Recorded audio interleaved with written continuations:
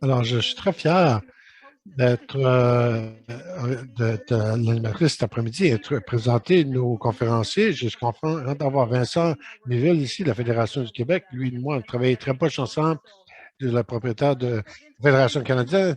C'est triste que Vincent ne peut pas être avec nous en personne parce que j'avais hâte de ça, mais je suis content d'être capable de nous présenter sur cette plateforme. Vincent est le directeur général de la Fédération des producteurs forestiers du Québec, Fédération des propriétaires de l'eau boisée depuis la mi-2020.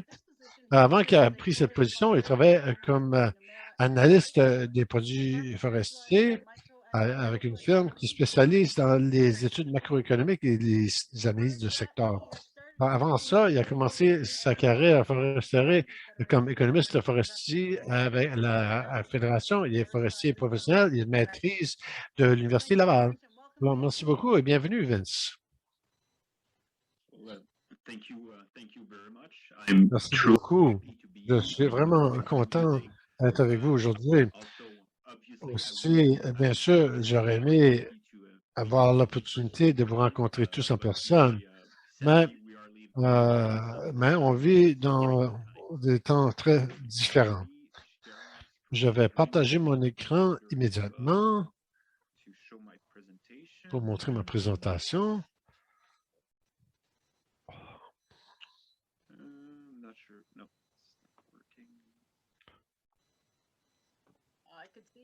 Moi, je peux le voir. Oui, tu peux le voir, oui. Parce que ce n'est pas sur mon écran.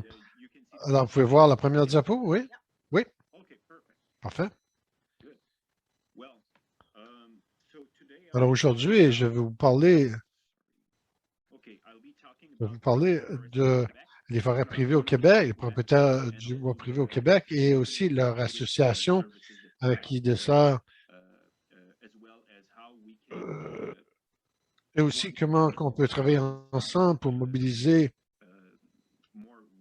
plus de bois ou plus de biens et de services offerts par les forêts privées au Québec. Premièrement, qu'est-ce que la Fédération des producteurs forestiers du Québec? Qu'est-ce que la Fédération? La Fédération du Québec est une organisation démocratique et qui défend les intérêts de les 134 000 propriétaires de forêts, incluant 29 000 producteurs enregistrés. Simplement, comme au Nouveau-Brunswick, je dirais qu'on a exactement, là, on fait exactement la même chose que la Fédération du Nouveau-Brunswick. Aussi, la Fédération permet le regroupement des ressources de 13 offices de mise à marché des producteurs de l'eau boisée. Ça, c'est pour suivre 4 mandats principaux. Quels sont ces mandats principaux pour la Fédération? Premièrement, la Fédération vise à stimuler le développement des forêts privées. Deuxièmement, il essaie d'augmenter les revenus des producteurs de forêts, que ce soit à travers des ventes de bois, les programmes gouvernementaux, les politiques fiscales ou n'importe quel autre outil pour pouvoir augmenter les revenus des producteurs de forêt. Troisièmement, la promotion de la cohésion entre les producteurs forestiers, on essaie prendre les intérêts de 130 000 différents propriétaires en compte. On essaie d'unir les intérêts dans un objectif commun qui va comprendre la majorité d'entre eux. Et quatrième, bien sûr, pour suivre les premiers 3 mandats, la Fédération doit s'établir comme porte-parole crédible pour les propriétaires de forêts et des producteurs de bois. Et ça a besoin de reconnu comme le porte-parole majeur pour les producteurs privés et ou n'importe quel intervenant qui sont intéressés dans les forêts privées, que ce soit le gouvernement, le groupe industriel, les municipalités, les organisations environnementales, etc.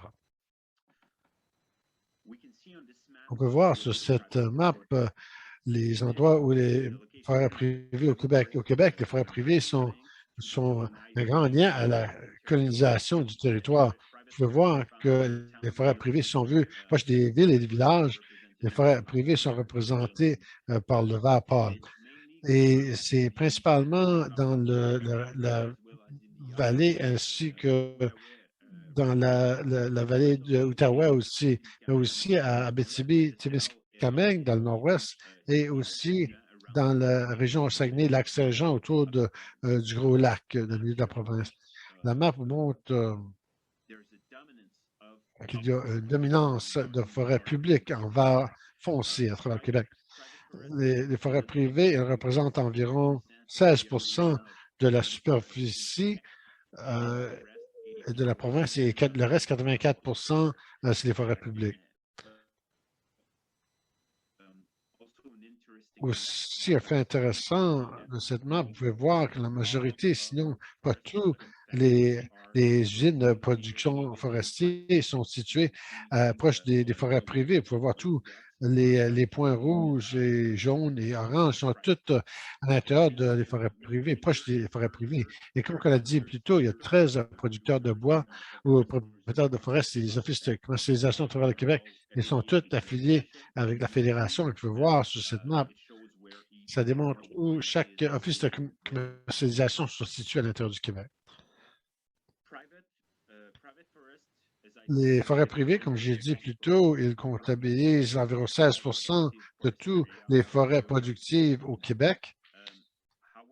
Mais les forêts privées sont beaucoup plus productifs que les forêts publiques. Cette caractéristique, ça touche sur le fait que les forêts privées, d'habitude, sont situées plus vers le sud du Québec, sur des terres plus fertiles. Alors, ça augmente la productivité de ces sites et aussi le fait qu'il y a eu beaucoup de travail sylviculture qui a été fait durant les derniers 40 ans à travers les forêts privées et cela a fait possible pour augmenter les rendements dans ces endroits. Maintenant, ces jours ici, environ un tiers du Québec, la coupe permis annuelle, c'est 2 fois plus que ce l'est que sur le territoire. Et d'après notre dernier sondage ou estimé, les forêts privées ont un équivalent capital de 620 millions de mètres cubes de bois solide. Et c'est possible pour dire qu'on a environ 17 millions de mètres cubes par année sans réduire ces capitales. Maintenant, qui appartient à ces forêts privées? Mais il y a environ ces forêts privées au Québec, il appartient à 134 000 individus. Parmi les petites entreprises et aussi les grosses sociétés forestières. Même s'il y a une coupe de parcelles de plus que 100 000 hectares, la taille moyenne des loups boisés au Québec, c'est environ 43 hectares. Maintenant, chacun de ces propriétaires, ils ont différents profils, différentes motivations et différents comportements. Et parmi eux, on sait qu'il y a 29 000 de producteurs forestiers qui sont considérés comme producteurs enregistrés, qui veut dire qu'ils peuvent réclamer par accéder à n'importe quel programme gouvernemental ou subventions qui sont données par le gouvernement du Québec.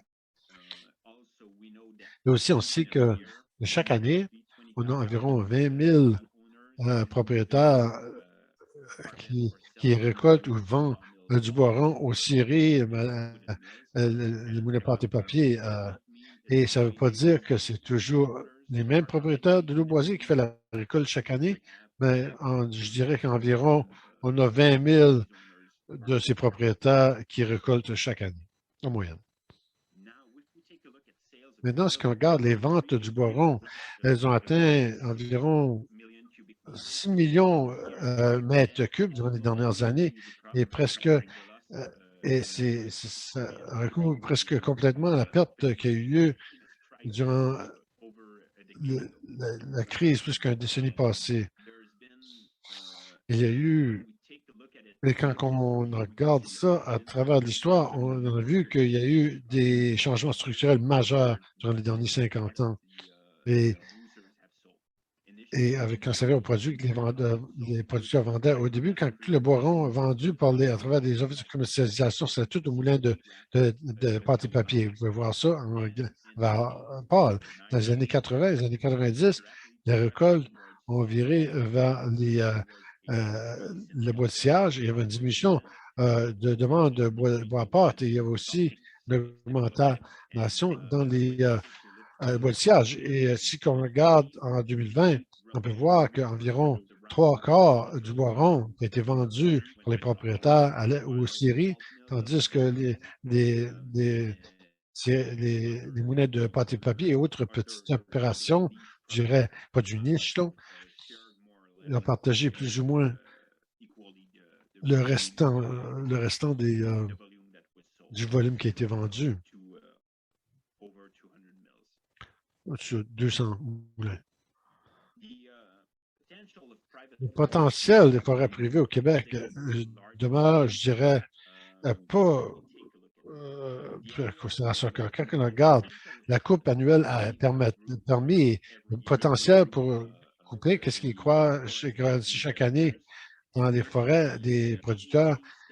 Le AC se tient à 17 millions de mètres cubes. Et quand on regarde ça, c'est moitié-moitié entre les bois mous et les bois francs. Maintenant, quand on regarde la récolte commerciale potentielle, qu'est-ce que les commerces de commercialisation estiment que les producteurs pourraient vendre, je dirais dans un marché parfait, alors qu'ils pourraient vendre n'importe quoi qu'ils essaient de vendre, ça veut dire qu'il y aurait la demande pour tout le produit, il y aurait le bon prix pour tout le produit, ils auraient tous les entrepreneurs, tous les transporteurs en ligne pour pouvoir le récolter et pour le vendre. Alors, la récolte potentielle, ça serait environ 8,8 mètres cubes. Maintenant, ce chiffre est estimé 5 ans passés et maintenant, on travaille là-dessus à nouveau. Donc, ça pourrait changer de nouveau le mois prochain ou l'année prochaine, mais ça donne néanmoins une bonne idée. Alors, environ la moitié de la coupe permis annuelle pourrait être potentiellement récoltée dans les forêts privées. Maintenant, encore, on voit que presque 2 tiers de ça, c'est des espèces conifères. Et ça, c'est un changement drastique un peu quand ça vient où la demande du bois mou et des bois de sillage dans les dernières décennies. Mais en 2020, les propriétaires ont récolté 6,2 millions de mètres cubes de bois rond à 200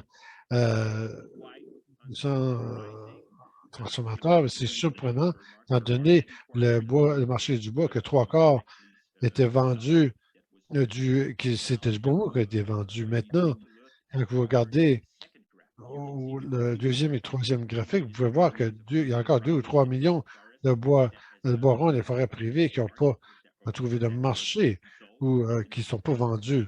Et ça, c'est principalement à travers toutes les régions au Québec. Et bien sûr, la majorité de ce volume-là s'est concentré dans les espèces de bois franc. Et même si qu'il y a un potentiel dans les forêts privées, la compétition pour les propriétaires de bois privés au Québec, ça demeure féroce, si vous voulez.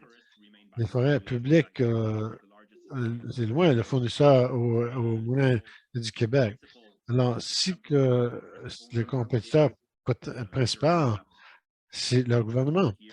On peut voir ici que ce diagramme montre l'approvisionnement de bois de l'industrie forestière du Québec. Et maintenant, dans le vert pâle, ça viendrait des forêts publiques.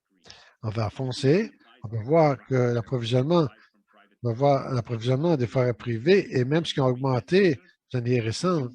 Peut-être vous pouvez remarquer que par le graphique suivant qu'il demeure secondaire à l'approvisionnement des industries forestières au Québec. Et finalement, en gris, on a tout le volume de bois qui vient, de bois rond qui est importé au Québec. Et ce volume vient principalement des États-Unis, surtout l'État de Maine et, et aussi une part en Ontario aussi, ainsi que le Nouveau-Brunswick. Maintenant, dans ce deuxième graphique, on peut voir que partage c'est entre 15 et 20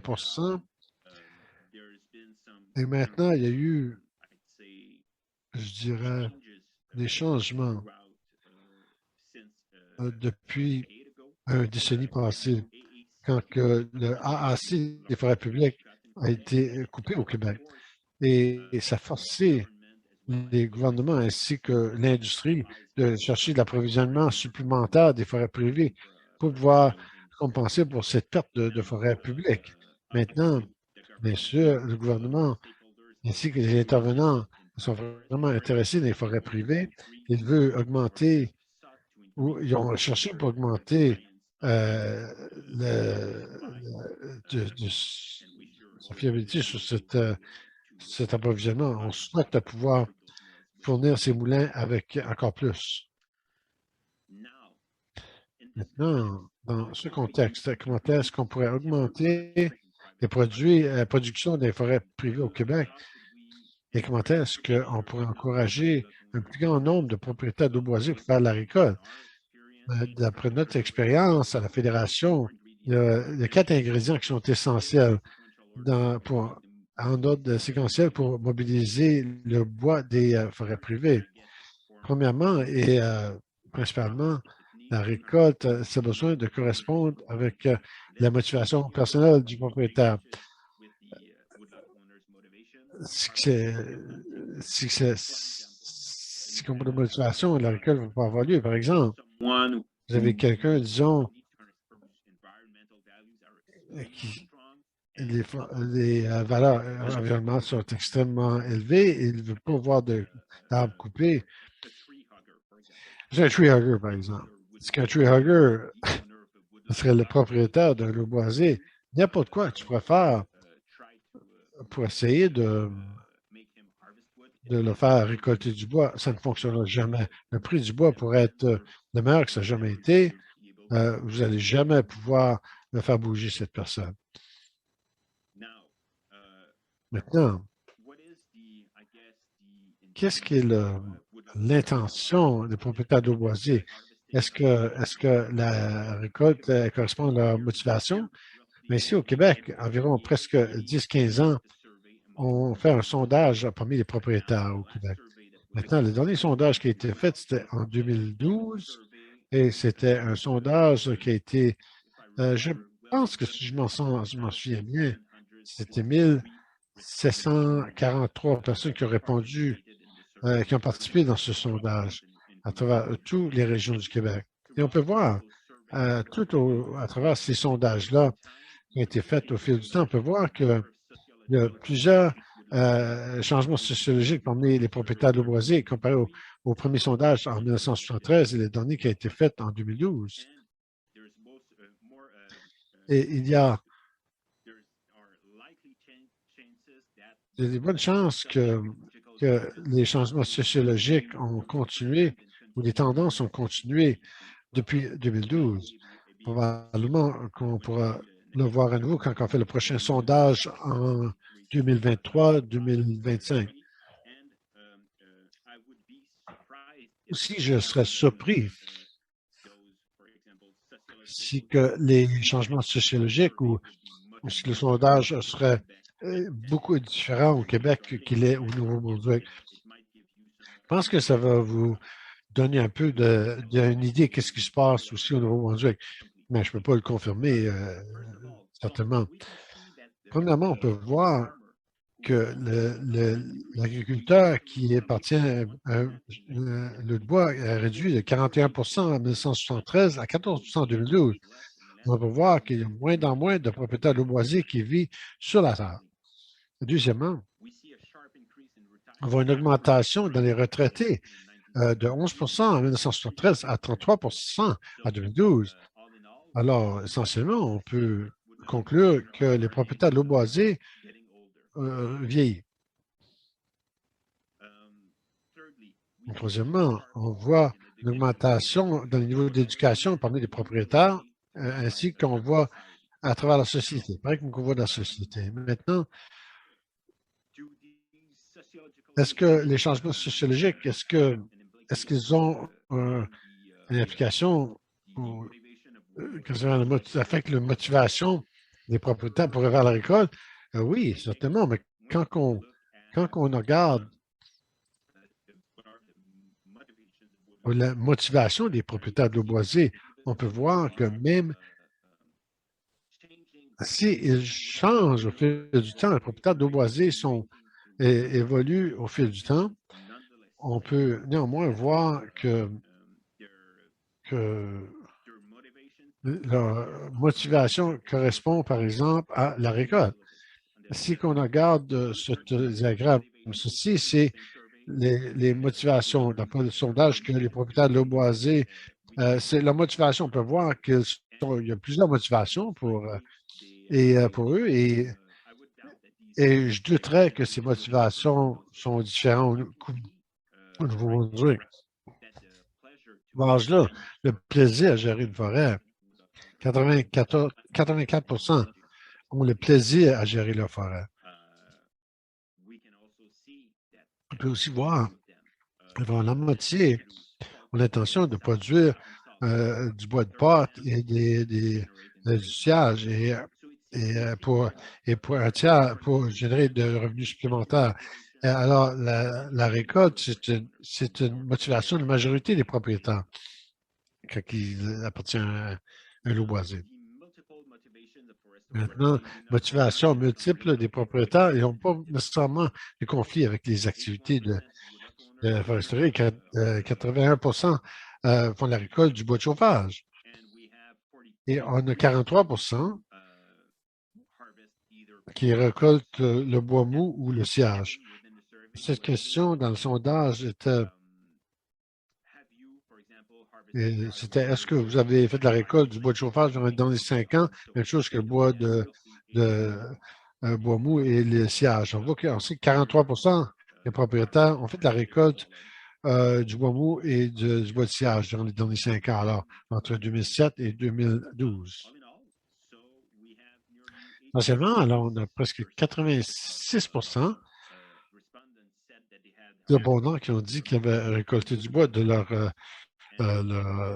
bois dans les 5 ans. Et durant cette même période de temps, 37 ont dit qu'ils avaient fait de travail de gestion forestière ou qu'ils l'ont fait faire par une coop ou un expert conseil. Non, ils ont été chercher des services civicoles. Maintenant,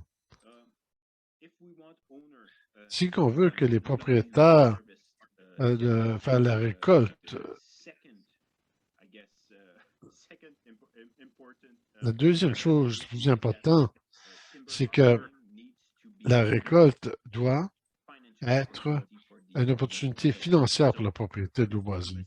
La récolte doit être payante pour que le propriétaire doit penser que lui ou elle, par exemple, va recevoir un bon prix de la récolte. Maintenant, est-ce que la récolte se présente comme une opportunité financière pour les propriétaires? Quand on regarde ceci, ce diagramme exprime le prix du bois rond de 1990 et tous les prix, c'est pour tous les produits, le bois mou ou le sciage au moulin à papier, et ainsi de suite. Alors, tous les produits.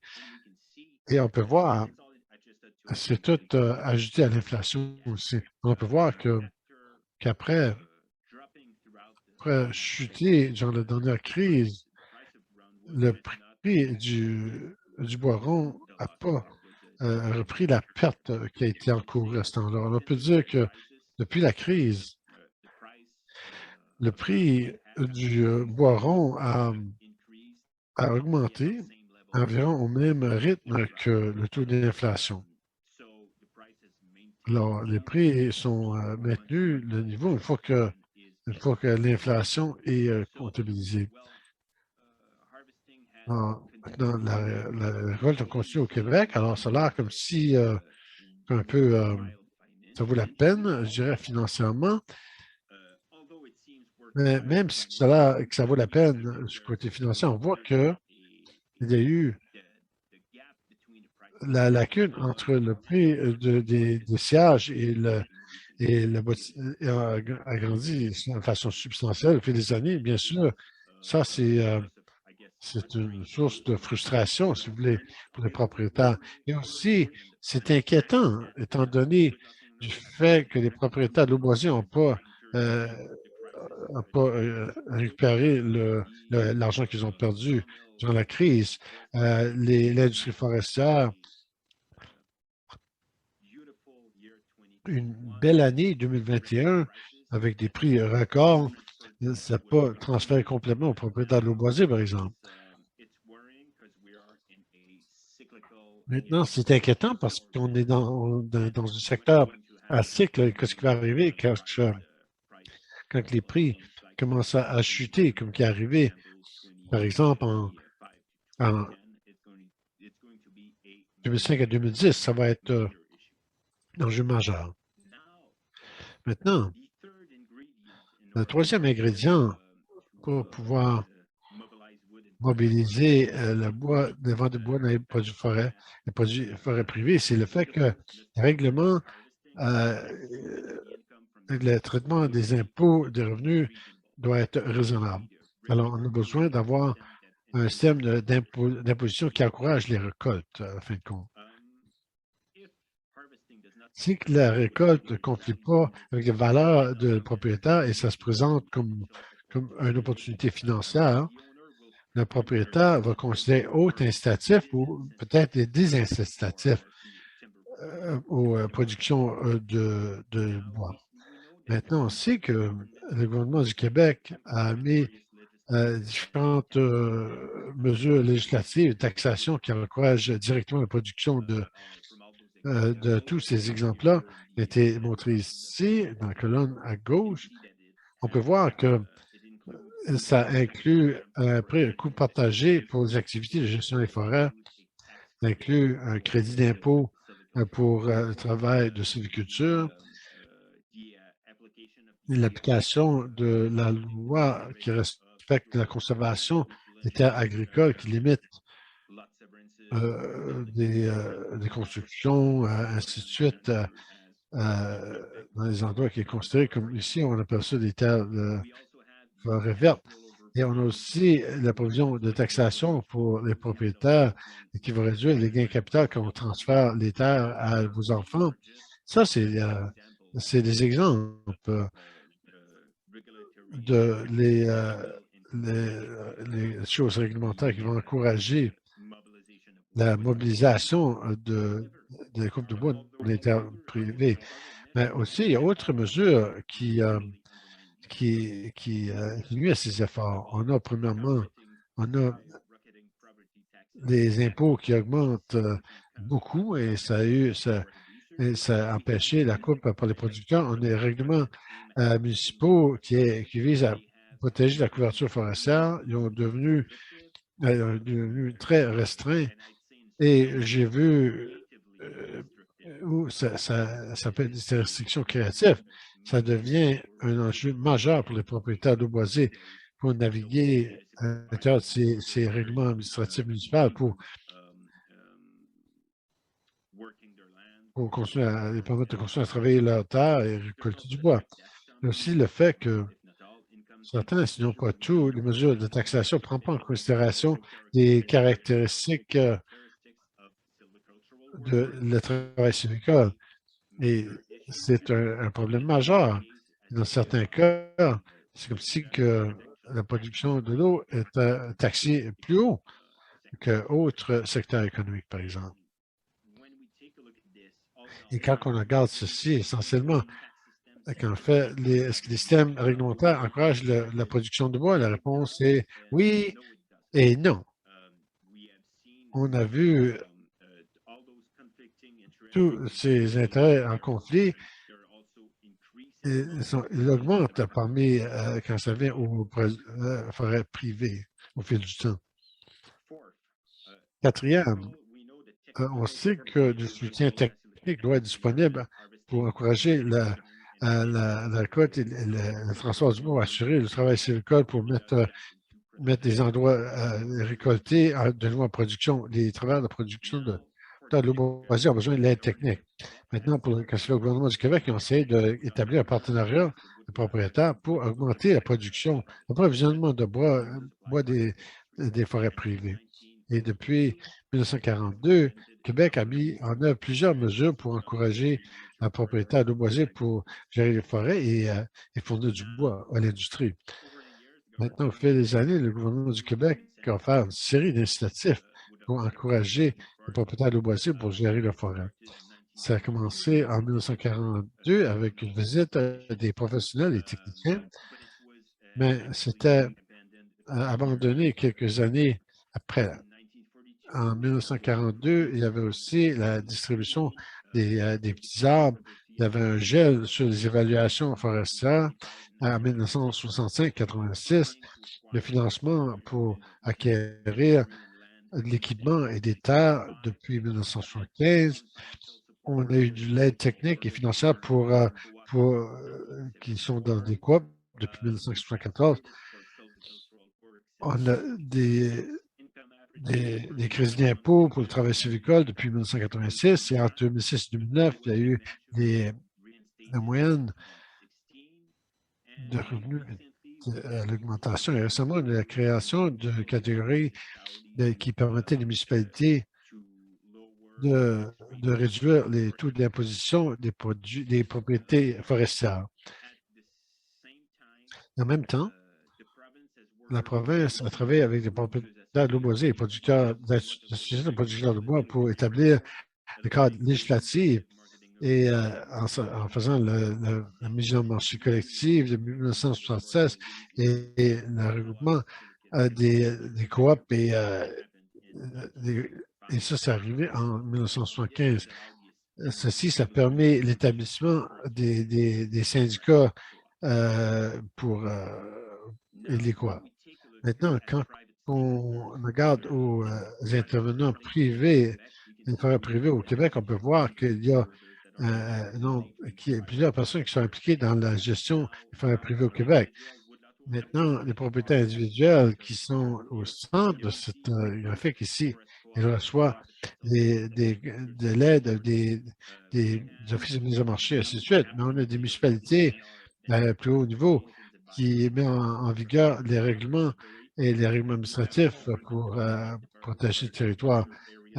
Dépendamment des endroits d'activité, on a du groupe qui offre des programmes de soutien ou qui met des règlements. Et on a dans chaque région, il y a des agents gouvernementaux qui sont responsables pour le développement des forêts privées et il fournit un forum pour tous ces acteurs pour pouvoir discuter de planification de programmes au niveau régional.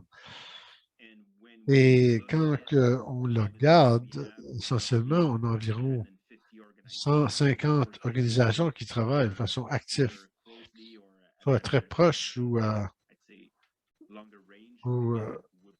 avec les propriétaires d'eau boisée.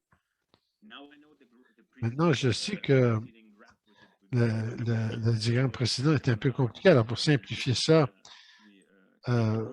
les intervenants qui aident directement les propriétaires incluent dans une région, disons, l'association des propriétaires de forêt qui gère l'office de commercialisation qui est responsable de négocier avec des moulins, informer les propriétaires de bois, organiser les logistiques d'approvisionnement et faire des paiements aux producteurs de bois.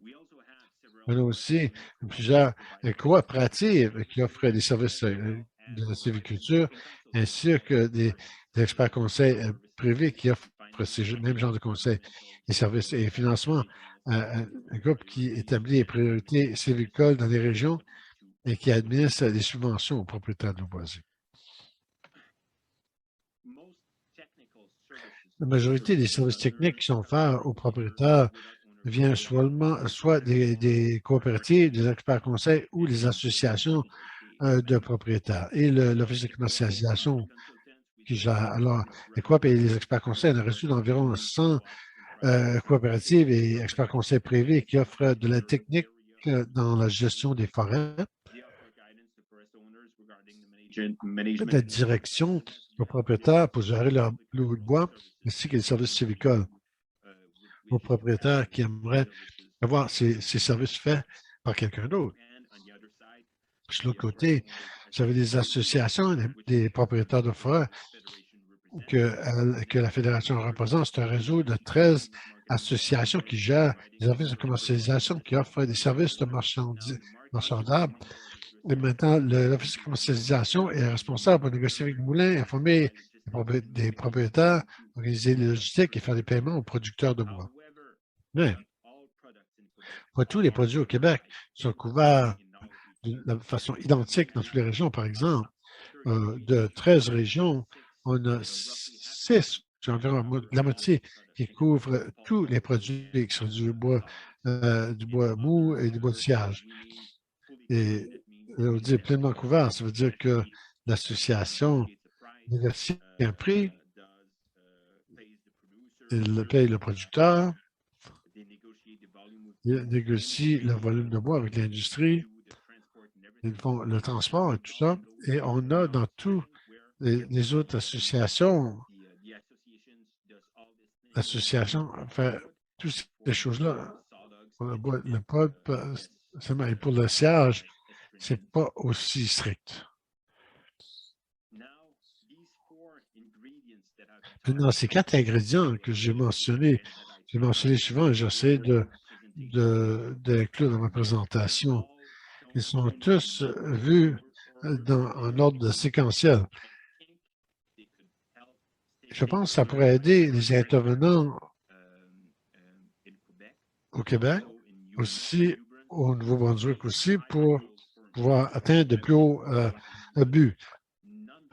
Néanmoins, même chose logique peut être adaptée à n'importe quel bien et service offert par les propriétaires de l'eau boisée à travers la forêt privée. Par exemple, la même chose pourrait s'appliquer pour générer, disons, le carbone des produits, protéger les espèces en péril ou même offrir des biens environnementaux et des produits environnementaux à la société. Qu'est-ce qui est important? C'est que les intervenants doivent réaliser que beaucoup de choses doivent être travaillées dessus en parallèle et dans cet ordre pour pouvoir permettre d'avoir meilleure offre de services. Ceci serait la fin de ma présentation et je serais très content si j'aurais des questions à répondre. Mais Vince, je dois te dire, j'étais très impressionné. C'était une bonne information. Je suis presque étourdi que tu avais si tant de AC que vous faites pas de récolte. C'est plus proche de nous, plus proche de notre AC ici. Ça, c'était très intéressant. Et je vois qu'on a une couple de questions pour vous aussi. Sur la question du AC, je pense que l'enjeu majeur pour les forêts privées du Québec, c'est que les forêts privées sont à l'intérieur des municipalités proches de où le monde vit. Alors, il y a un peu de ces problématiques parce que et ça ne nous aide pas à récolter le tout. Alors, et aussi, on a beaucoup de forêts de bois franc. Il n'y a pas assez pas si tant de marché pour ce produit. Gérard, tu avais une question?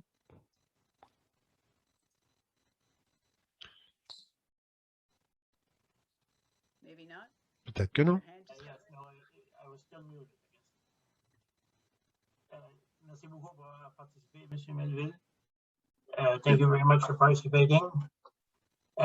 Merci beaucoup pour votre participation aujourd'hui. Si vous avez vu le prix du bois augmenter, des produits de papier ont fait la même chose. Un des enjeux qu'il y a lieu ici, c'est la capacité des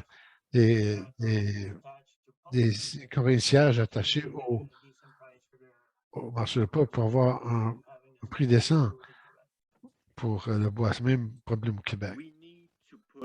On a besoin de mettre les prix de chips dans une relation avec les prix de siège. Les chips vont toujours être un problème pour la majorité des moulins. C'est aussi un fait qu'au Québec, c'est toujours un problème pour les moulins. Maintenant, on a besoin de mettre ceci en perspective. C'est vraiment important de comprendre qu'avec l'environnement, les prix courants du bois, que ces types de bois représentent un revenu secondaire pour ces moulins de sciage. Probablement qu'ils représentent peut-être moins ou 10 peut-être des revenus des moulins à sciage. Alors, bien sûr, c'est un enjeu. On a besoin des moulins, on a besoin de se débarrasser de ça, mais je pense que, néanmoins, c'est que quand les prix sont à la baisse, ce n'est pas un problème majeur pour les moulins de sciage. Thank you. Merci. Ron, you have a question? Ron, est-ce que tu as une question? Yes, I do, please. Oui, s'il vous plaît. Thank you very much for Merci your beaucoup presentation pour la and interesting présentation, information. l'information intéressante. As, I noticed that in one J'ai of your aperçu slides que dans une de tes that diapos, you did say que tu avais certain dit brands que and on other servait à products gérer pour autre valeur telles que forest products or les legal produits forest non forestiers ou les produits non linéaires. I'm private Si que and I j'étais don't un own propriétaire de l'eau privée au Québec, Where would I où go est-ce que for j'irais the et qui est-ce que expertise that might l'expertise help me et les conseils pour find m'aider out what I à have trouver so qu'est-ce que j'ai sur ma table pour que je puisse mieux le where can I gérer? get advice Où est-ce que je pourrais avoir des conseils et de l'aide pour gérer pour les of autres, toute diversité de valeurs, même si que ce n'est pas nécessairement a commercial pour benefit? un but commercial. Premièrement, vous pourrez aller à la même coop, même expert conseil qui offre des services de sylviculture aux propriétaires. Ils sont utilisés surtout dans certaines régions pour créer des plans et aider les propriétaires avec n'importe quel de ces autres services qu'ils ont besoin.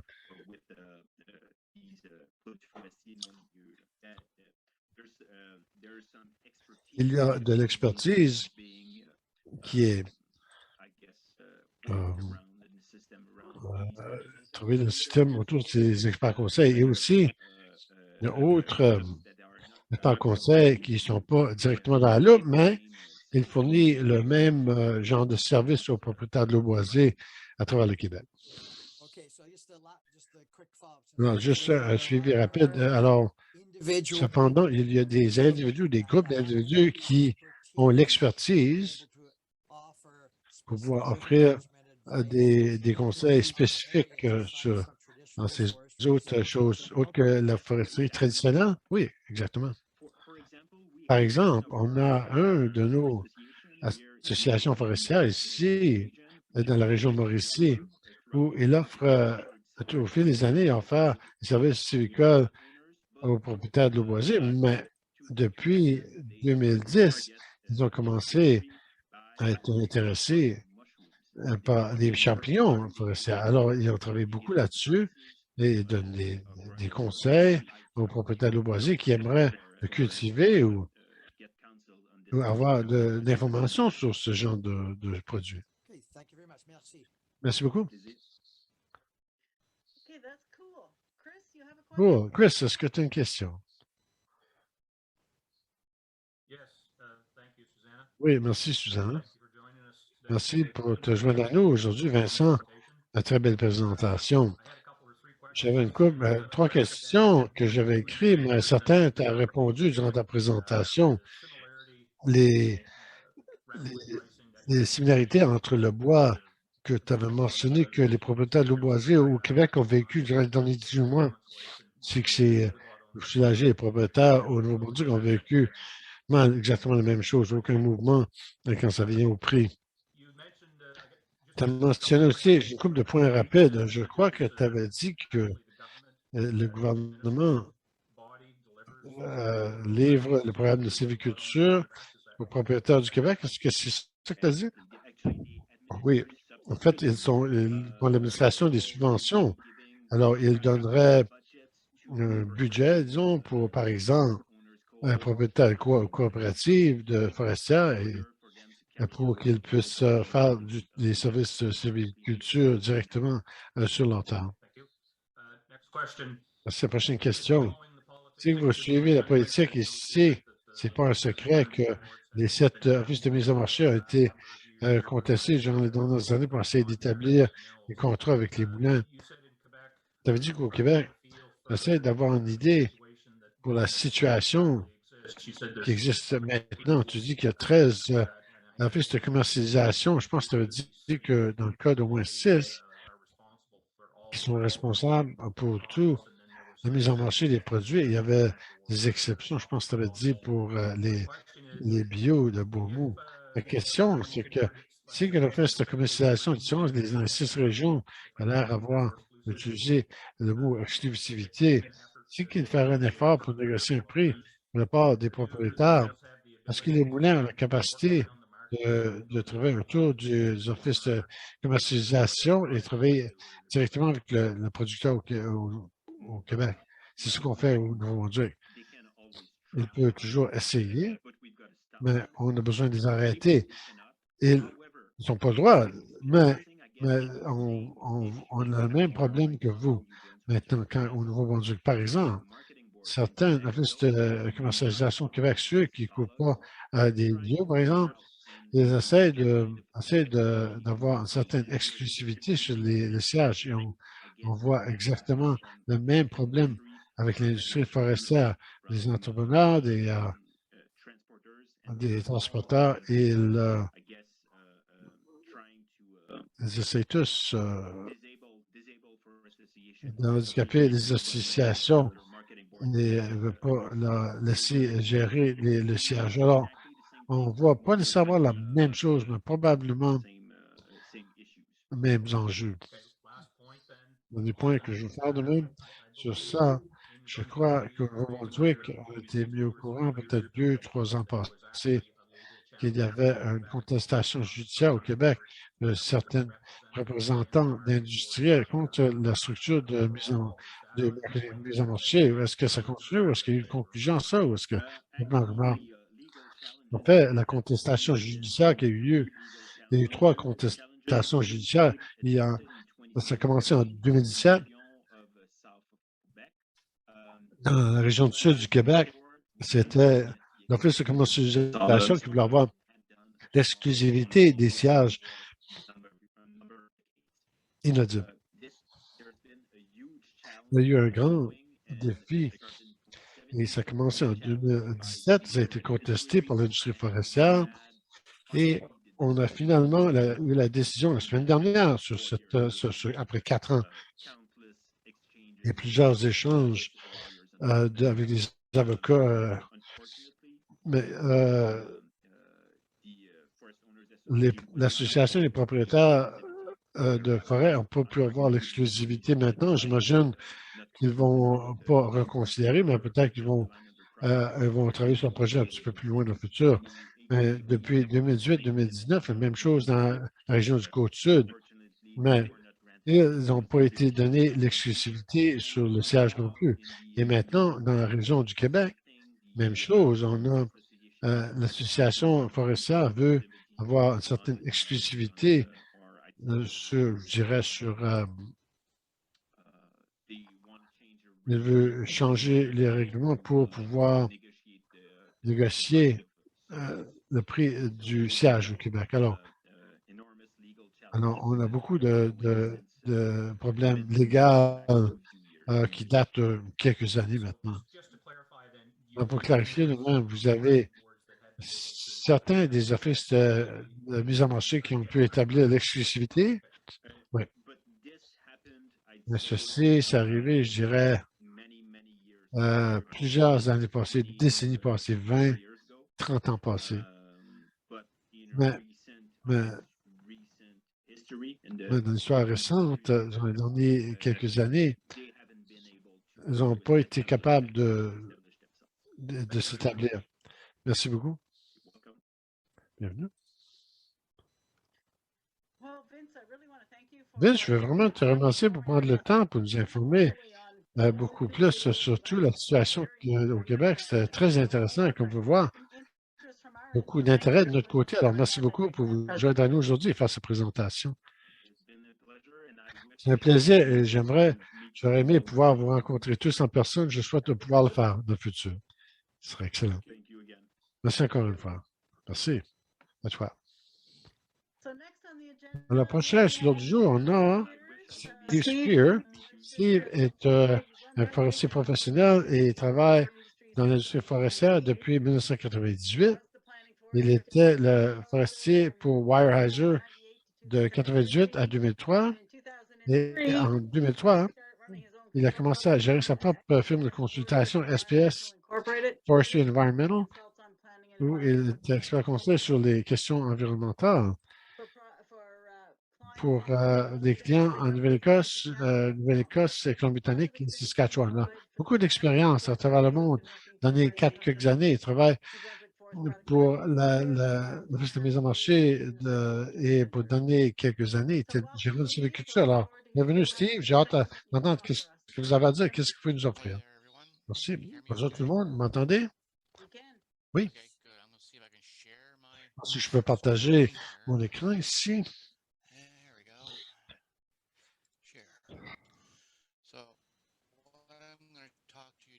Qu'est-ce que je veux discuter avec vous aujourd'hui? C'est LiDAR. Just to give you a little bit of background onto Un it. peu de contexte ici. Une couple d'années passées, j'ai demandé et j'ai eu le LiDAR du ministère des Ressources naturelles et des données de la campagne. Une fois que j'ai tout de même, je me demandais quoi faire avec. C'est ici où que c'est comme ça que j'ai conclu cette idée ici. Durant les derniers 20 ans ou plus, le GPS a augmenté dans l'industrie forestière. En fait, il y a une première licence ici. Maintenant, pour plus analyser qu'est-ce que l'État forestier va nous offrir, plus qu'on peut jamais faire avant. Le LiDAR, ce n'est pas 100% précis et l'identification des espèces, c'est encore un facteur. C'est pas bien, ça ne le fait pas bien encore. Ça présente des opportunités uniques pour les gestionnaires de forêt et les propriétaires boisés. L'application que j'ai bâtie ici, ça comprend un modèle GIS et une base de données NS Access qui nous permet de sélectionner et mapper nos doigts. Ça s'applique aussi aux critères du gouvernement du Nouveau-Brunswick pour la récolte alternative et la sylviculture et autres choses que j'ai pu ajouter plus tard. Comment le propriétaire ou le gérant de forêt pour s'autoriser avant qu'il arrête avec des sites sur les activités potentielles. Avant tout ceci, on a démontré qu'une map, on imprime une map, on dit voici qu'est-ce qui pourrait être sur les parcelles, mais on ne donnait pas grand-chose d'autre, autre qu'aller sur le lot boisé et le marché.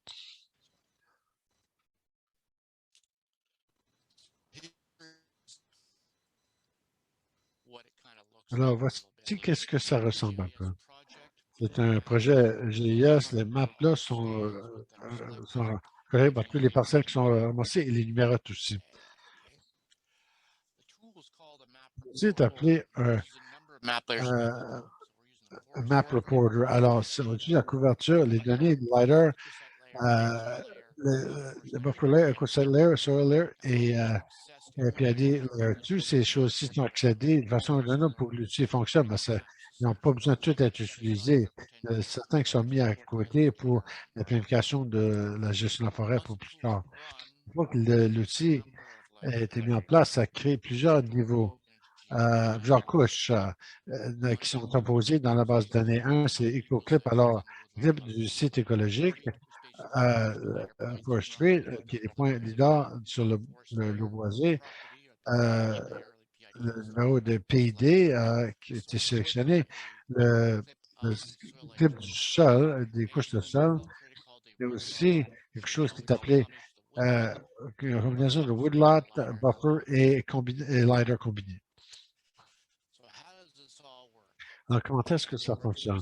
Ça fonctionne, c'est assez simple. J'ai fait ce que tu peux rentrer, c'est facile de rentrer quelque chose dans l'ordinateur. La chose que j'ai besoin, c'est le numéro d'identification parcelle et vous faites une map comme celui-ci qui est à la droite ici. Les rapports sont créés dans cette base de données et c'est en direct avec les bases de données de Microsoft où j'ai bâti les rapports d'une certaine façon pour ressortir l'information qui a été créée par notre modèle GIS. Mais je ne sais pas si vous pouvez le voir ici à côté, mais qu'est-ce que ça donne ici? C'est le parcelle, c'est le numéro de parcelle ici, le nombre d'hectares pour chaque parcelle, le type de parcelle, c'est qu'il y a une zone tampon dans cette parcelle. Ça va sélectionner différentes parcelles pour, pour des- alors, disons, si dans la parcelle 15, peut-être qu'il faut avoir un zone tampon pour les terres humides et autres. Alors, il y aurait 4 archives, là, un pour chaque, un pour le buffer, un pour les terres humides et l'autre séparé.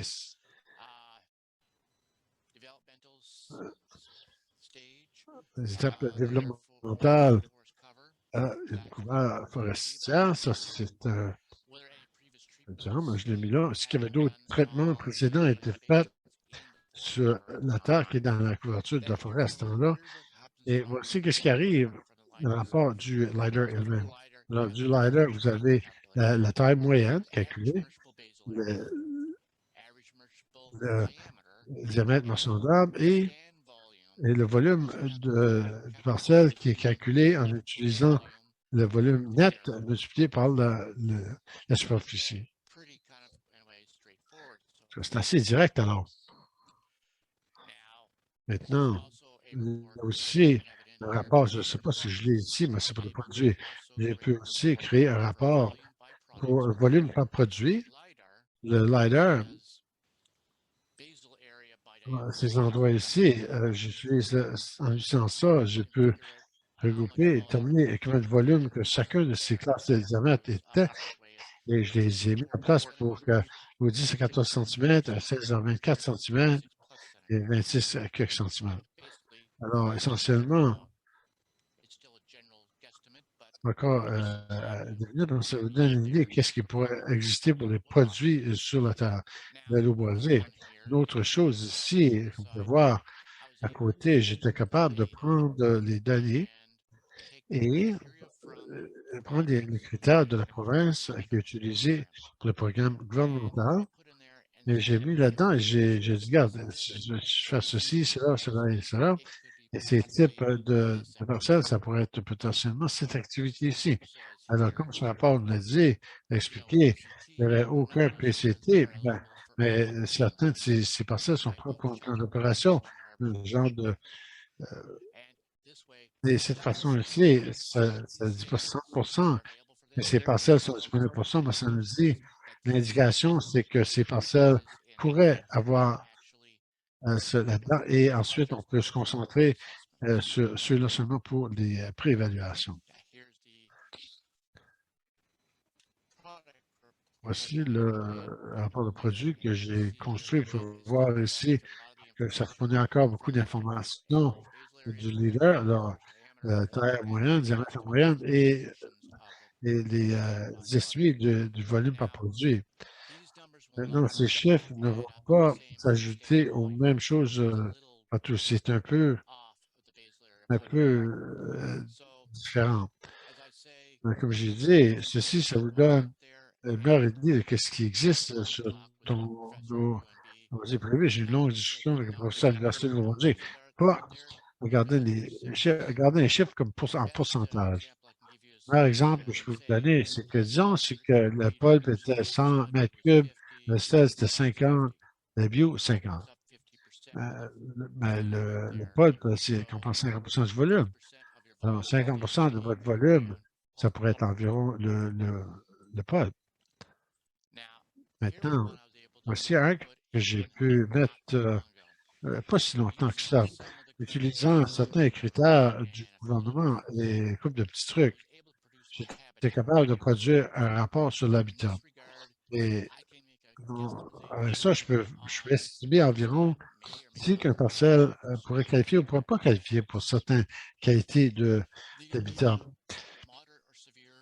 que ce soit intermédiaire ou sévère pour les régions, pour les chevreuils et les vieilles forêts telles que vieux, vieux épinette sapin pingris, disons.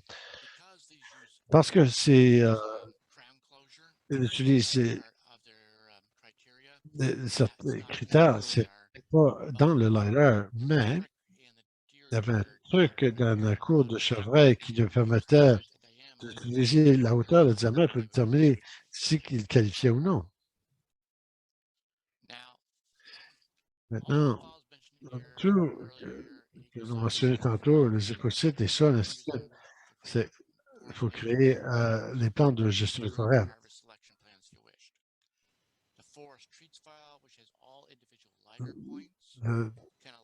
Le point leader, ça nous permet de regarder plus loin et pour permettre de créer des plans de récolte. Ça nous donne une vision stratégique, peut-être une opérabilité pour un plan d'opération, mais quand vous apportez des points individuels, vous commencez à regarder les endroits, différents endroits, la hauteur, les diamètres, ainsi de suite. Vous commencez à partir de cette parcelle, peut-être ne qualifie pas. La moyenne vous disait oui, mais peut-être un tiers de ces parcelles n'est pas le bon critère. Alors là, vous pourriez attirer un bloc opérationnel autour de ça et planifier qu'est-ce que je pensais avec ce lot boisé.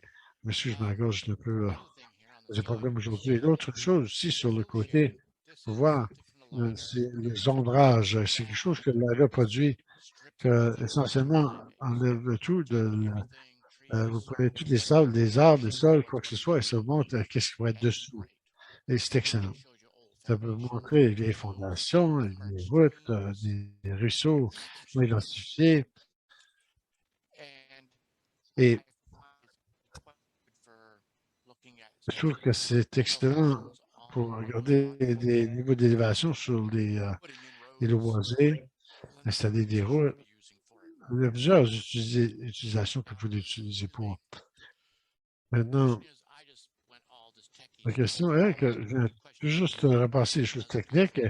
La question peut-être, qu'est-ce que ça fait pour un propriétaire de l'eau boisée? Une couple d'années passées, la même chose pour faire un propriétaire de l'eau boisée, sinon, prendre une photo aérienne, d'aller donner leur information sur ce qu'on a découvert. Mais beaucoup de propriétaires vont peut-être prendre ça. Je dis, regarde, je ne veux pas dépenser de l'argent sur un cruise. Je vais aller avec ce que je pense qu'il existe. Qu'est-ce qu'on a ici aujourd'hui avec LiDAR? Moi, je peux leur donner la meilleure information. Ils peuvent faire des décisions parce qu'immédiatement, aussitôt que je leur donne cette information, ils peuvent regarder ça, les discuter avec nous, ils peuvent cibler certains endroits sur la parcelle, faire des évaluations, on va faire encore de l'aménagement. J'ai une meilleure idée de ce qui existe sur leur terre. Essentiellement, les questions qu'on peut répondre pour eux, c'est est-ce que je le coupe? Est-ce que je le laisse une couple d'années? Maintenant, est-ce que je le coupe partiel ou je dois le clairer? Est-ce que ça doit être thinning peut-être? Est-ce qu'il y a des endroits pour l'habitat des vrai? Est-ce qu'il y a certaines choses que vous pouvez ressortir, qui pourraient être demandées de ces données avant qu'on planifie avec une map? Vous ne savez même pas. Et l'information avec LiDAR, ça produit aux producteurs de boisé beaucoup de décisions stratégiques. Comme je disais tantôt, éduquer nos propriétaires de boisé. Ceci, pour moi, ça fait partie de ça. Moi, j'ai plusieurs propriétaires qui vont me voir pour dire, moi, j'ai aucune idée qu'est-ce qui est sur ma terre. Avec LiDAR, je peux leur donner une bonne idée de qu'est-ce qui existe et ensuite, on peut commencer une conversation avec eux et les faire intéresser à travailler sur quelque chose. Même comme que les tree huggers ne l'ont pas coupé, mais une fois que tu commences à leur parler, tu parles, regarde, tu fais quelle parcelle, ceci, garder l'argent, ça va être encore bonne condition. Vous n'avez pas besoin de couper à blanc. Vous pouvez avoir un endroit qui est éclairé, vous voulez le planter, voici qu'est-ce que vous faites avec, vous du tailing. C'est toutes des conversations qu'on va avoir qui ressortent simplement des données. Alors, je dis, le volume dans ceci, c'est un à peu près. Dire que c'est proche, mais peut-être pas 100% précis. Alors, c'est beaucoup mieux ce qu'on avait avant. On nous dit que, on entend du monde qui disent que plus ou moins 15% d'un côté ou de l'autre du volume de temps main. Ça dépend sur combien de bois franc et combien de chutes qu'il y a eu durant un exemple de tout ceci. C'est un propriétaire de boisier, il veut savoir qu'est-ce qui est son terrain, qu'est-ce qu'il devrait coûter. L'IDA peut lui donner une idée, qu'est-ce qui existe, quel genre de récolte qu'il devrait faire. Et essentiellement, même s'il est terre humide, quel temps de l'année qu'il devrait couper. le propriétaire de boisier, puis ensuite regarder les pour et les contre, faire ses activités et comment est-ce que ça va s'enligner avec leur vision de la terre à bois. Nos exemples, c'est propriétaire A veut chasser les chevreuils, il veut savoir qui est la meilleure place pour les chevreuils, comment est-ce qu'on peut améliorer la récolte dans le futur. Ça peut vous donner, ça peut vous donner une idée comment on produire dans le futur. Ça prendrait, on saurait quel groupe à cibler. Peut-être que c'est la production de bio. Et le rapport montre qu'il y a beaucoup de bio en place maintenant. Il devrait en avoir encore plus dans le futur. Mais la map de sylviculture peut être comme ça. Les prévisions peuvent être faites. C'est-à-dire un propriétaire, un plan rapide, à partir de qu'est-ce qui est là maintenant, ça lui donne la base pour d'autres éditions futures. Ces maps-là, le propriétaire peut décider s'il veut mettre des chantiers pour les activités. Je me rappelle, c'est essentiellement une autre partie d'un appel qui n'a pas utilisé le LiDAR, mais ça lui permet de mettre ce que le propriétaire veut faire, donne jusqu'à 5 décisions, 5 échéanciers et 5 potentiels pour enlever le volume. C'est ce qu'il veut.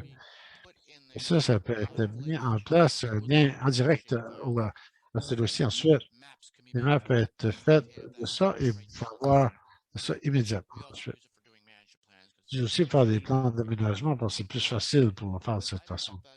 Donc, la map LiDAR, l'application, qu'est-ce que ça fait? L'information pour aider les propriétaires de voitures à faire des décisions stratégiques, ça donne plus de flexibilité dans la prise de décision. Maintenant, qu'est-ce que les chiffres disent du LiDAR? La hauteur, c'est précis. Diamètre marchand d'arbre, c'est bon aussi. Un droit de base, marchand d'arbre, c'est un petit peu plus faible. Certaines parcelles mieux que d'autres. C'est une des chiffres à peu près. L'autre chose ici, l'information LiDAR qu'on a, c'est déjà environ 3 ans de vieux. Et ça va devenir encore plus vieux. Actuellement, quelqu'un va avoir besoin de survoler la province à nouveau et fournir d'autres données LiDAR ou, j'ai entendu dans certaines occasions, je pense à cultiver vers l'avenir, il y a des pour et contre pour les deux. Moi, je préférerais qu'il fasse le survol, mais ça coûte beaucoup d'argent. J'ai du travail, on va se faire évaluer maintenant. Le propriétaire veut, on va établir, peut-être ça va fonctionner avec un programme gouvernemental. Si ton évaluation sur le programme, c'est la technique pré-commerciale, on passe au site, plantation, herbicide, surveillance de la performance, l'alimentation, 3-8 ans, récolte alternative et plan de gestion forestière. Maintenant, n'importe quel travail qui est qualifié par le gouvernemental, autre que les plans de gestion, les évaluations soient faites traditionnellement en faisant sur pli de papier. Si quelqu'un a travaillé dans le bois en train de faire ce genre de choses-là, vous savez, les gaffes peuvent être faites. La météo, la pluie sur votre livre, et parfois vous regardez ça, vous ne savez pas qu'est-ce que vous gardez. C'est embrouillé à cause de la pluie. Aussi, ça enlève beaucoup de temps précieux et de l'argent précieux. Quand vous venez au bureau, vous essayez de décider qu'est-ce que vous avez écrit dans l'ordinateur, dans les feuilles Excel, quoi que ce soit. Mais maintenant, je travaille sur un projet qui aide à créer des applications qui vont faire ces choses-là beaucoup plus efficaces. Le projet utilise une combinaison encore de bases de données, MSX, des applications basées pour les unités de GPS.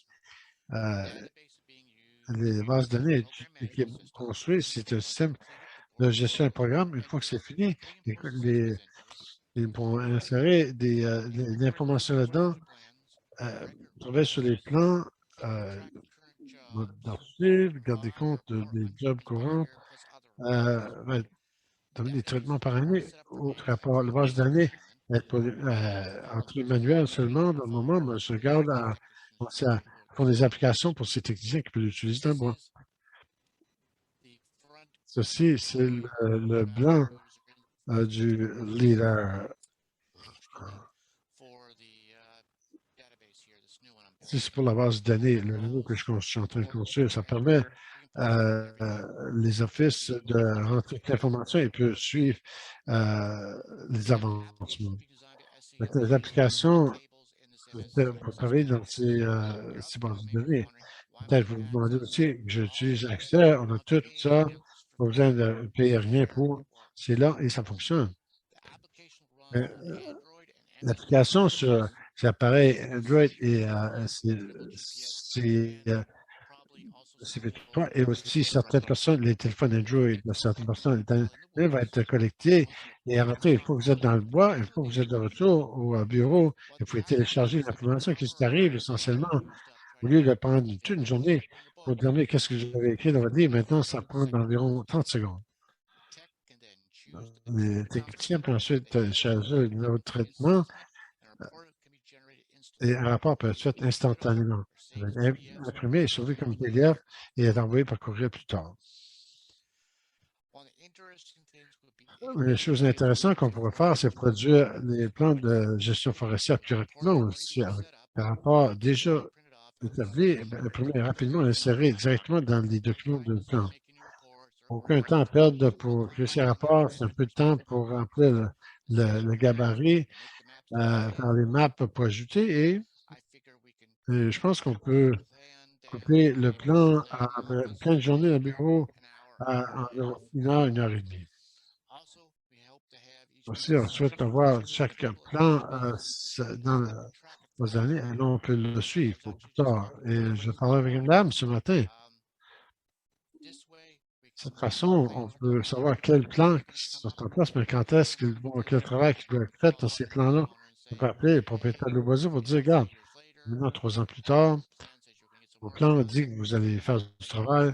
Est-ce que vous cherchez encore à faire ce travail? Si oui, comment est-ce qu'on peut vous aider? Aussi, c'est un des rapports du plan de gestion. C'est un rapport sur la parcelle, chaque parcelle qui est vue à l'intérieur du plan de gestion, ça va ressembler à ceci. Ça donne le header qui donne plus d'informations sur le producteur lui-même.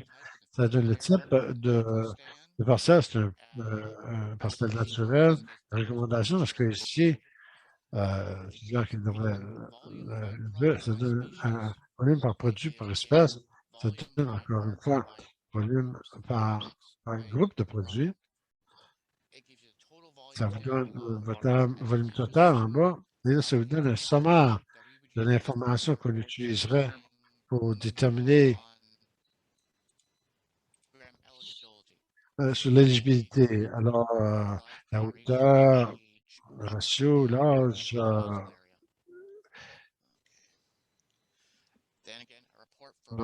encore les rapports pour les recommandations faites pour chaque parcelle, elles sont là. Non seulement que le type de recommandation, mais le volume, le montant de pourcentage et l'échéancier pour faire ce travail. Un rapport qui est donné sur le groupe d'espèces, leurs produits et le volume pour chaque. D'accord? Pourquoi on donne ça aux propriétaires de l'eau boisée? Ben, ça fait des plans de gestion plus faciles et ça donne des plans dans les producteurs plus rapidement et là, ils peuvent faire les décisions plus tôt que plus tard. Des recommandations sur des échéanciers sur quelle activité qui va être faite en format de tableau et en format de map.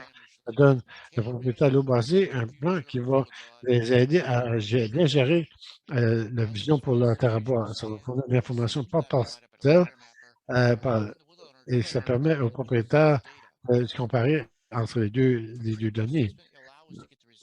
Et aussi, ça les permet d'avoir les résultats plus rapidement. Le contracteur plus ça donne des façons standards de faire un montage dessus pour cibler suivre quelle activité est faite, quand est-ce que la prochaine activité doit être faite. Au long terme, ça devrait nous permettre de ramasser et gérer les données plus rapidement pour le propriétaire de boisé, pour les contracteurs et le fournir de façon très facile à comprendre. Alors, où est-ce que je peux aller chercher cette information? L'outil a été créé ici à SLB et maintenant, toutes les commissions pour ce genre de map ont été distribués à eux. Alors, vous pouvez aller chercher ces rapports-là de n'importe quel office, de n'importe quelle dans la province. Les applications, le développement de la base de données, je souhaite que ça va être envoyé aux offices par 2022, l'année prochaine. Les conclusions maintenant. LiDAR peut être un outil efficace quand c'est vient à la gestion des terres boisées. Il y a encore des questions sur la prospective, mais essentiellement, les données, c'est pour le temps.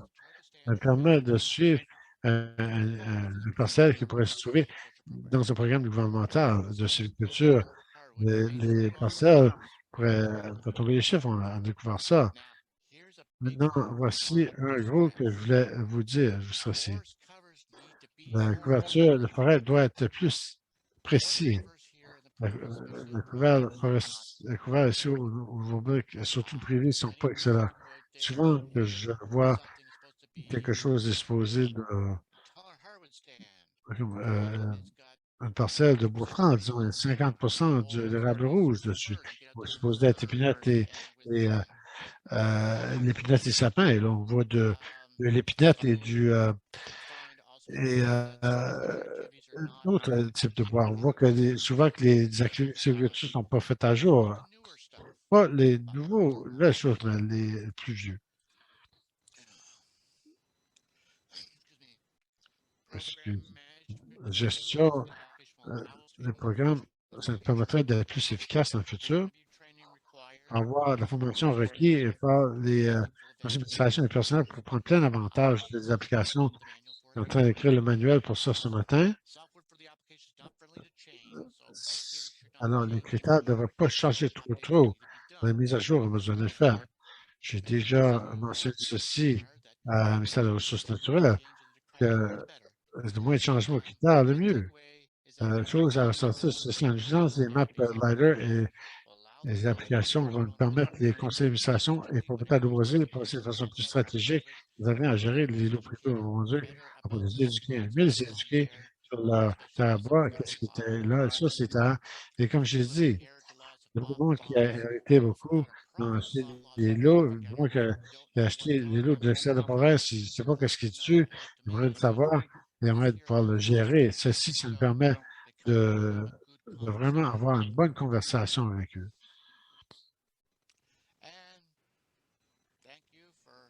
Et merci pour m'avoir invité. Je souhaite que je n'ai pas mêlé la langue la plus après-midi. J'ai le problème de gorge aujourd'hui. Si vous avez des questions, soyez libre de les poser. Thank you, Steve. Merci, Steve. Maybe to unshare Peut-être your que screen, je let peux your te demander questions actually tell if there are questions. d'arrêter de partager ton écran. Oui, je vais arrêter de partager. Une seconde. Great, thank you. Excellent, merci. Are there any questions for Est-ce qu'il y a Steve? des questions pour While you're Steve? thinking about that, Pendant que vous y Steve, are there pensez, any Steve, je veux te questions féliciter. C'est beaucoup de travail et beaucoup de potentiel pour les offices de commercialisation en voyant ce que tu as pu faire sur le lot à mon père. Je suis impressionné. Je pense que c'est beaucoup d'avantages aux propriétaires. Alors, merci pour tout ce que vous avez fait. C'est le premier que je vais utiliser pour tester la base de données sur de ton père. Tu vas recevoir ça probablement la semaine prochaine. Does anybody have a Est-ce qu'il y a question quelqu'un for qui a des Steve? questions pour Steve?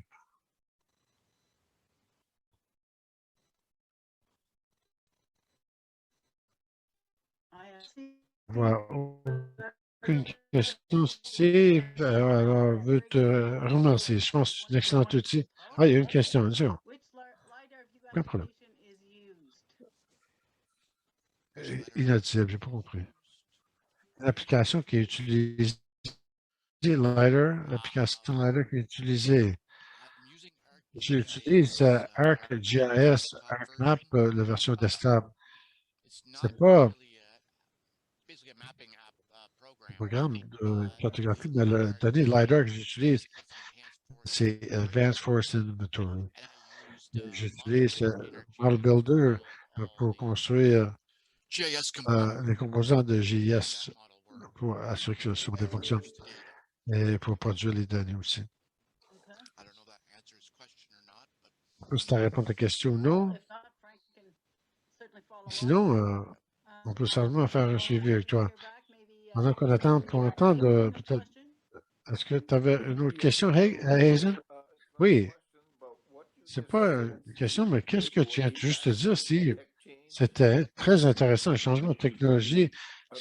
Ça va être, j'ai hâte à voir quelqu'un qui va regarder mon terrain et me dire qu'est-ce qui est là-dessus. Merci.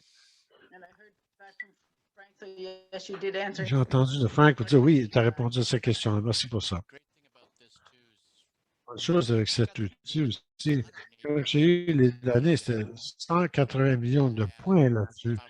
Et si j'aurais fait ça petit par petit, ça prend plus qu'une heure. Ceci, ça roule en presque moins de 5 minutes. La seule chose que j'ai besoin de faire, c'est écrire le numéro d'idée. Alors, c'est très facile à utiliser. Chris avait un commentaire. Des traitements, c'est toujours été un fardeau. S'il vous plaît, assurez que l'année actuelle est rentable au lieu de 1,50. Oui, je pourrais faire ça aussi. J'ai 1,50 juste pour donner mis là-dedans, date exacte. Est-ce qu'il y a autre question pour Steve? Je vois aucune question. Je veux te remercier, Steve. Je pense que c'est du excellent travail. Votre présentation vous montre le travail que vous avez investi de la part de tous les précis l'effort de investi là-dedans. Mais je ne sais pas, Rick, est-ce que tu avais des remarques de conclusion? Non, je pense que j'apprécie certainement tous les présentateurs qui ont pris le temps cet après-midi pour faire de bonnes présentations. Je sais que c'est pas ce que tout le monde est accoutumé à voir, mais je suis content que tout le monde a pu s'adapter. Et j'ai certainement content que le monde a pu participer. Je pense que c'était une belle après-midi. Alors, essentiellement, je me suis impliqué pour ceux qui avaient pris le temps de notre réunion et interagir avec l'autre. Et je souhaite que, comme tu as dit, normalement qu'on aura quelque chose comme un modèle hybride, disons, où on peut se réunir face à face, mais aussi peut-être avoir notre réunion pour ceux qui ne veulent pas peut-être ou pas partager, voyager de longue distance, peut-être qu'on pourra les aider. La première fois, je pense que c'était un bon succès. Et j'aimerais certainement dire mon appréciation à Suzanne et Patricia pour avoir organisé ceci à court préavis aussi. Et je pense que essentiellement, ça a été très, très bien. Alors, merci beaucoup à tout le monde.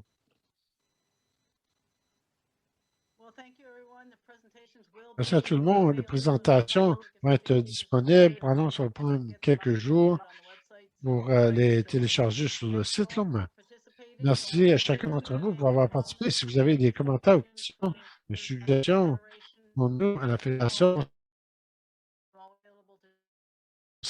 je suis disponible à propriétaire.